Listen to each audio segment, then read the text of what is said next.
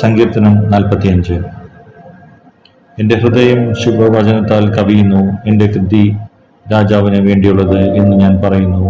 എൻ്റെ നാവ് സമർത്ഥനായ ലേഖകന്റെ എഴുത്തുപോലാകുന്നു. നീ മനുഷ്യപുത്രന്മാരിൽ അതിസുന്ദരൻ, ലാവണ്യം നിന്റെ അതിരങ്ങളിൽ മേൽ പകർന്നിരിക്കുന്നു. അതുകൊണ്ട് ദൈവം നിന്നെ എന്നേക്കും അനുഗ്രഹിച്ചിരിക്കുന്നു. വീരനായുള്ളവയെ, നിന്റെ വാൾ അരക്കി കെട്ടുക, നിന്റെ തേജസ്സും നിന്റെ മഹിമയും തന്നെ.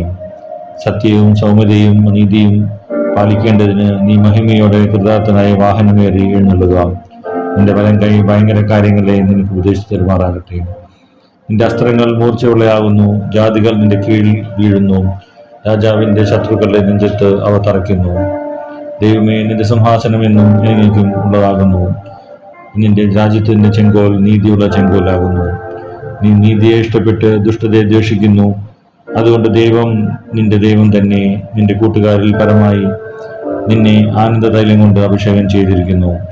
നിന്റെ വസ്ത്രമെല്ലാം മൂറും ചന്ദനവും ലവംഗവും കൊണ്ട് സുഗന്ധമാക്കിയിരിക്കുന്നു. ദന്തമന്ദിരങ്ങളിൽ നിന്നും കമ്പിനാദം നിന്നെ സന്തോഷിപ്പിക്കുന്നു.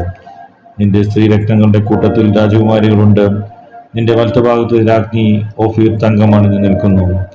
അല്ലയോ രാജകുമാരി, കേൾക്ക, നോക്കുക, ചെവി ചായ്ക്കുക, സ്വജനത്തെയും നിന്റെ പ്രതിപാദനത്തെയും മറക്ക. അപ്പോൾ രാജാവ് നിന്റെ സൗന്ദര്യത്തെ ആഗ്രഹിക്കും. അവൻ നിന്റെ നാഥനിലോ, നീ അവനെ നമസ്കരിച്ചു കൊള്ളുക. സോർ നിവാസികൾ, ജനത്തിലെ ധനവാന്മാർ തന്നെ കാഴ്ചവെച്ച് നിന്റെ മുഖപ്രസാദം തേടും. അന്തപുരത്തിലെ രാജകുമാരി ശോഭപരിപൂർണയാകുന്നു. അവളുടെ വസ്ത്രം പൊൻകസവ് കൊണ്ടുള്ളത്.